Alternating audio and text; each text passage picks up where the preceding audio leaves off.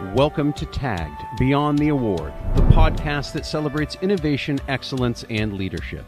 Each episode dives into inspiring stories behind the nominees and winners of the TAG Awards, uncovering the breakthroughs, challenges, and triumphs that define their journey. Whether it's cutting-edge technology, transformative products, or visionary leadership, we're here to explore what it means to stand out and shape the future of your industry. Let's go beyond the award and into the heart of innovation. Here's your host, Justin Starbird. Welcome back to Tagged Beyond the Award. My name is Justin Starbird, and I get to welcome back two-time judge, a good friend of ours, investor, former CEO and founder, Tor Alden. Tor, great to see you, buddy. Hey, thanks so much for having me, Jason. I'm so excited to talk to you about this. It's not fair. You and I do get to talk pretty frequently about what's going on, happenings of the world, especially in and around MedTech. I think we sort of, try to compare notes as often as we can. So I feel like this is just them, listeners and watchers getting a chance to tap into one of our conversations. Yeah, no, I actually missed the old podcast where we were just kind of chatting on a more normal basis. So I really look forward to catching up and again, I'm really looking forward to seeing the TAG Award nominations. I one of my favorite shows that we did every year for the old podcast was the State of MedTech, and we used to do that in the end of December, beginning of January. And I always loved your perspective on what to expect from the year ahead. Do you have any? I know we're a little bit late to that, but it still seems apropos, and especially with all the stuff going around in the world today. What are your thoughts on where MedTech and design are today? Gosh, that's a great question. I mean, I've been looking at it now from a little bit different perspective now that I'm no longer running a design firm. So I'm more consulting on some of the thought leaders of starting MedTech and a lot of the local universities. And I think,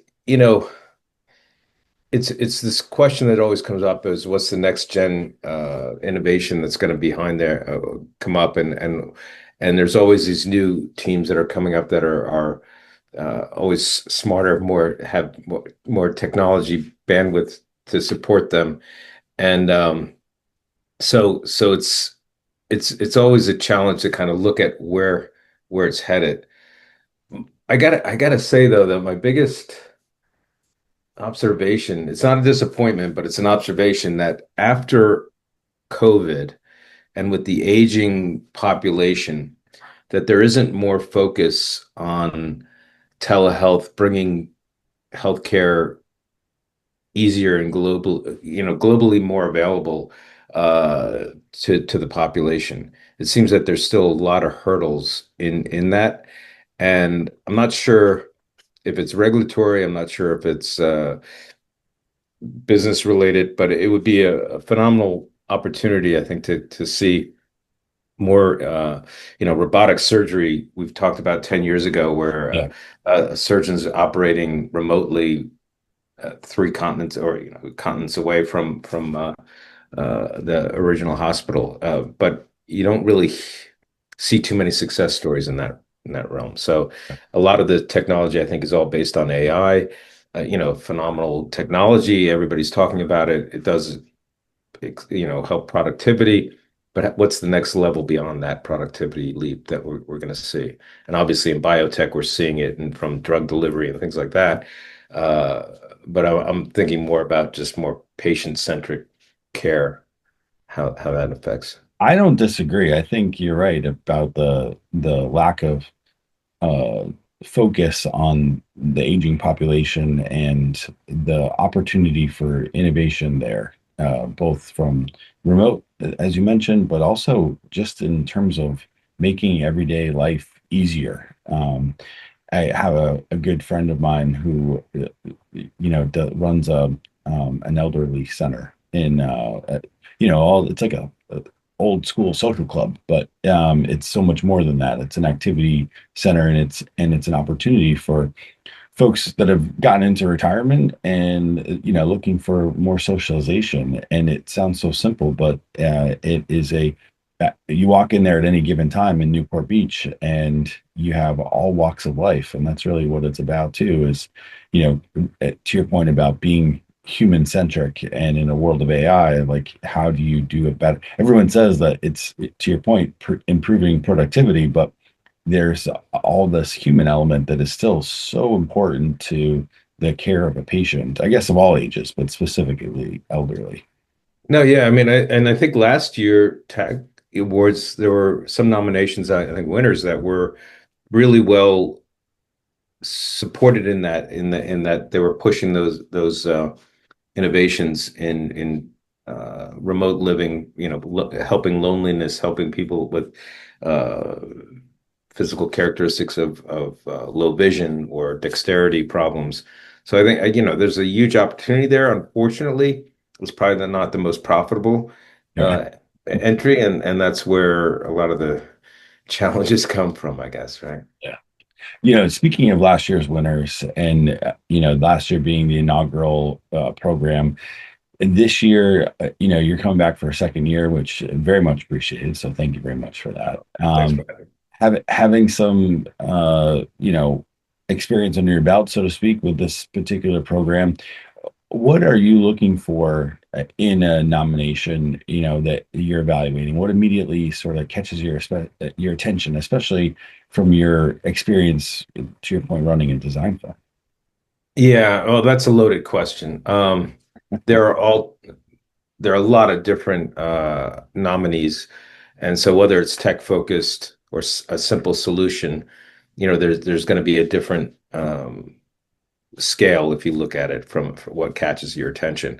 But I think the most common is whether the team truly understands the user and the environment where the product's going to be used. I mean, that keeps coming back to me. My background as an industrial designer, uh, you know, spent many years running a full service product development firm. I've always looked at for evidence of real contextual inquiry. Did the team really study clinicians, patients, caregivers in their natural environments and understand the work habits and the critical pain points? Or is it just an invention for an invention's sake? Yeah. And so, you can't just succeed by designing the right product. You need to understand how it fits in the existing ecosystem. And again, what I mentioned earlier, does it fit in the financial model? Billing codes are important. Regulatory is very important. So MedTech is sort of this, it's probably the hardest hurdle to hit in startup community because there are so many different hurdles. I mean, even the again, as you know, I tend to root for the underdog startups that are trying to break down the existing paradigms or being a disruptor. Those are just my favorite. Um, but it comes down to, the hurdles of the existing players are very large, and they're going to create boundaries to try to stop them, and it makes it really harder for them. So, and also, if nurses and doctors, they're not eager to give up their current processes and protocols. So it really has to be groundbreakingly beneficially different, right? And so that's what I'm look when I review the tag nominations. I'm always asking, what's the value proposition here? How Right. does it help?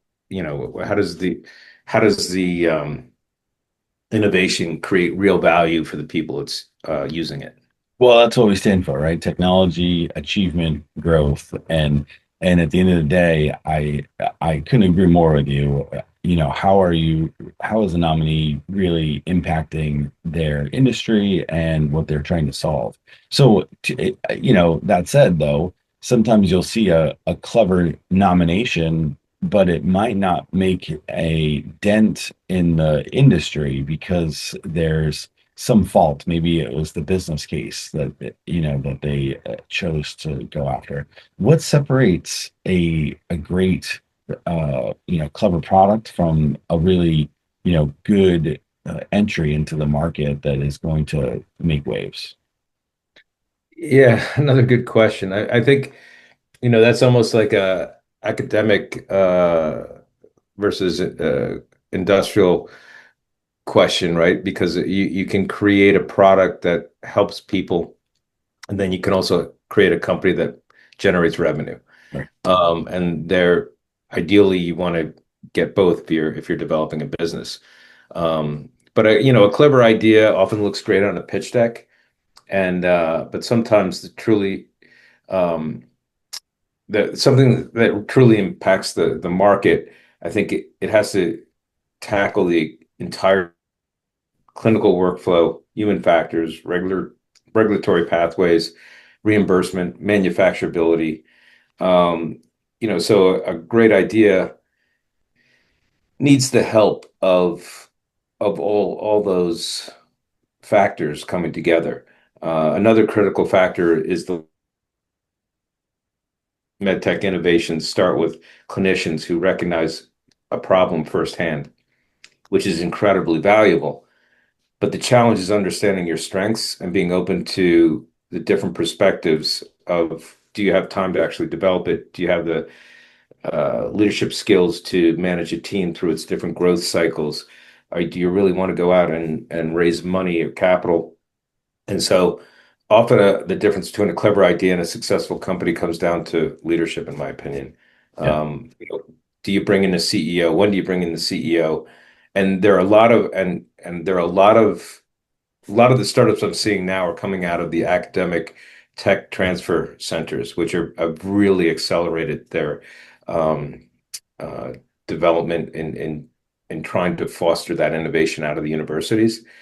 And they are, taking them to specific courses and learning different leadership skills. They're going to I-Core, which tends to teach them the technical of, the value propositions firsthand, make those 50 calls a day to people to say, do you really want this product? To really, because I think there's a big thing there of once you create this idea, you don't want, it's like a little egg and you don't want it to shatter, right? So you protect it. And I think the best thing to do is try to break it as many times as you can. And ultimately you're going to have a better product if you don't protect the idea and put it out there. Yeah. I really like that concept of breaking the egg many times over because there's the ethos of you can study a subject or you can study how to do something, but until you actually get out there and do it and bring it to the masses or bring it to the audience, you really don't know. And I think that's so interesting because generally speaking, that's what you're working on now. You've taken a career of experience and I've really started to, dive in on some of those underdogs and, consult with them and help them find these resources. What is that like for you on a personal basis, jumping in and working with some of these companies? Oh, it's fantastic. And I mean, again, the whether you're angel funded, academically funded, your Series A, B, C, um, all the mechanisms of raising capital are very stressed right now. Yeah. It's not easy to raise money in this environment. And so, and the grants are almost, those are huge, opportunities in the past, and now they're even far more remote to get. So for me, it's really working with companies or startup organizations that have a, a very solid understanding of what they know, right? So whether it's a surgeon, you understand the problem that you're trying to solve for. You're not trying to get over diverse in trying to solve everything. You're going after that one problem, creating a product that can multiply into multiple products. So you're not a one product company. Those are the opportunities that I like to look at and try to figure out how to work with, I guess, companies that are really looking to take their technology further, knowing their capabilities and knowing their own limitations. Yeah. At what point do you, tend to jump in and then, say, all right, you've broken the egg enough. Now you're on your own. Or do you, So, do you, so what it's do you, so it's an interesting. I was thinking about that model, and I'm thinking, there are a few flaws in that. So there's a lot of, there's another whole theory of, incubation where you have a little seed and you're growing it, and you don't want to, have it contaminated by wind, and so you need to have a certain level of incubation process and protection as that as you're growing the product. But as you're bringing into commercialization and you're wondering if it's the right product, that's when you want to tap it, really understand where you can, how maybe not break the egg, but fracture it a little bit, right? And learn where Harden you it want up? to Yeah. pivot. Yeah. And so that's where I love to come in is basically not being a devil's advocate, but really trying to say, you know, try to test the model and make sure that it's working well within that ecosystem. Yeah, I'd say sometimes you're about as subtle as a sledgehammer when it comes to questioning what's going on and the status quo, right? And I think one of the things that you hate the most is when somebody tells you, "This is how we've always done it." At least that's from my Yeah. experience. Watching No, it. it's so no, I'm a little more subtle than that, I think. But yeah, I think you're right. You want to, when you're in the confidence of your team and not, outside the community, you really want to make sure that you push the process to the fact that where you want to fail fast, Yeah. right? If you're going to fail. And that doesn't mean that you're not recreating the product and coming forward with it. You're just, again, slight pivots, understanding your budget, understanding where, that was my big thing for when we were developing products in the industry, is that if a company comes to you with X million dollars and they want to, have a full development commercialization schedule, they just assume that, everything's going to be smooth as soon as you write a proposal, and everything's going to just goes exactly to plan. And you always have to plan for sort of the worst case, or not worst case, but plan for different events throughout the development cycle. And so I was always very passionate about trying to wrap up a certain portion of the project where you're not having to roll back if you run out of funding, if you find out that the direction of the product isn't in the right uh, point. So how can you protect the development process by packaging the development in the right way? Yeah. Don't try to do everything at once. Try to, get if you if you're prototyping, make sure that the prototypes are very succinct in what they're for. And so again, it's just proper planning, proper um, putting a very diligent plan across the board for the development of the product.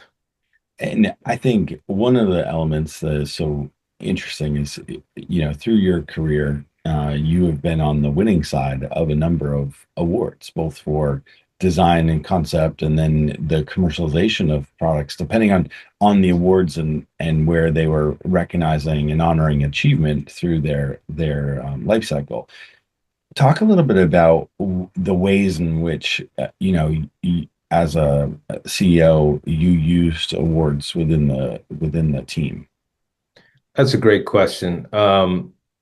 So the awards can seem fairly trivial to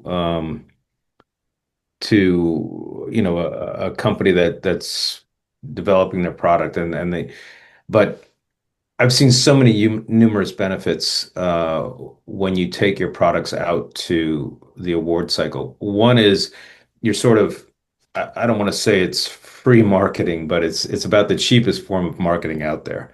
So we've had a lot of our clients really benefit from the success of putting their tag of award on their product, and basically putting on their website. It's a sort of a fundamental recognition, if you will, that others outside of your organization value its purpose, right? Yeah. The other is I think as equally important, it's the internal team recognition. it's like, you're training all year for that football game, and you win the championship, and you finally have that team build recognition that it was worth it. And so I think that journey, accelerates the journey from a promising idea to a technology that can truly improve patient care, is amazing. One of the things that I thought that you did such a great job with last year with the awards for the winners was the feedback. Well, in the nominees too. So yeah, is you gave really insightful feedback in terms of like what they did really well, what you liked, and maybe some areas of potential improvement for version two or the next generation. What goes into one, your thought process when you're giving that feedback? And then, on the other side of it, what is it like to receive that feedback, both good and bad? Yeah, I mean, you have to be careful from a perspective of um, feedback can it's just like anything else. It can be personal. You try to keep it very objective, right? So I think from my perspective, giving feedback is to help make them stronger and on their journey. Uh, I'm fortunate enough that a lot of these submissions that we've seen, the feedback is more encouraging and saying, this is a phenomenal idea, uh, but there are times when you need to kind of suggest other pathways or where they need to look at potentially, right? Um, but I think most teams that submit their award, they actually do a little inner check when they're writing the submission. Yeah. So I think they're mostly aware of where they are. So it's probably just maybe more of a supporting thoughts to them about that you're either confirming or where they are in their journey. And from the perspective of receiving it, having been on the other side of it, on several occasions, how do you take that that positive feedback and pump the team up, or the constructive criticism and say, hey, is this something that I should evaluate, or it's just you know some judge doesn't know what he's talking about. Yeah, I mean, being a judge it's kind of you're not part of the team per se, so it's not like you're your inner core team and you know the strengths and weaknesses of everybody and you can really kind of work with them. So you have to be fairly uh as an advisor, right? Yeah. And so I can just say, like when I guess this is my twist to that is that if my advice for the people that are coming out to prepare for their journey for their nominations now, my advice would be to tell a very clear and concise story about the problem you're solving and why it matters. We're going to be flooded and inundated with a lot of different awards, and so how do you get to the top of and how do you keep the judges' attention? So clarity is extremely important. Being succinct and explaining what the need and behind the approach is. Don't throw in a lot of sentences just to create, larger larger word count. Um, and Well, and so that's a great point. Let me stop you right there real quick and follow up Yeah, with one of those things. Is sure. how important is the ability to also weave in a little bit of a narrative or some context so that it gives you an idea of what they've actually had to overcome versus just spouting off facts and figures. Sure. I mean, so there are a lot of different categories in the awards, and it's not black and white of where you're, um, what the constraints are, right? It's not just a 1 through 10 on each one, and you're just adding up the tally like a lot of different submissions for example, grants are. Yeah. Um, it's if your product is geared towards commercialization and mass, like it's a one of that is going to be fairly acknowledged as a profitable company in the future. The bar is going to be harder to understand where your value proposition is, if it's just not another Me Too product thrown out there. If it's a, you know, more of a personal or, I'll call it a satellite project where it might be developing for third world countries or developing nations or something for that hasn't been really evolved yet. Elder care we talked about, right? Yeah. There's a different story there to be had. And I think, to bring that out and kind of show a real case solution of, and that's what I say, picture's worth 1,000 words. If you can offer strong visuals of showing that you've been into a certain clinician or patient center where you can actually bring it home in a matter of seconds versus 3 paragraphs that are trying to explain that problem, that's a huge win. Yeah. Uh, Same so with video, right? I think video is so impactful. As we start to wrap up, I really appreciate you coming on and talking about the awards, especially what you're working on today, because I think that is so impactful to these startups and even existing companies that you've been fortunate enough to work with that, provide your insight. What are you looking forward to the awards coming together now, and then I guess the industry as a whole? So what I'm looking forward to personally is a little bit of the calmness in the overall environment, and the openness of funding, obviously through NIH and grants to help support a lot of the newer research that's going on. I think that there's so many opportunities out there. Everybody mentions AI, which is obviously you can't avoid not mentioning it. But that, along with the innovators that are in academia, in the startup communities, even in the commercialized industries, all of that is being sort of, I'll call it, choked by a little bit of apprehension as far as what the economy is going to look like.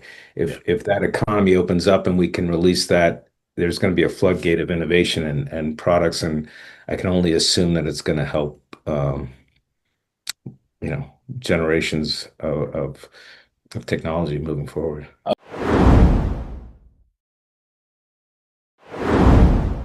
Tor, I really appreciate you being on here today and talking more about, both your career as well as what you're looking forward to with the awards. One thing we touched on, but you didn't go into too much depth about was OllyWorks and your venture today.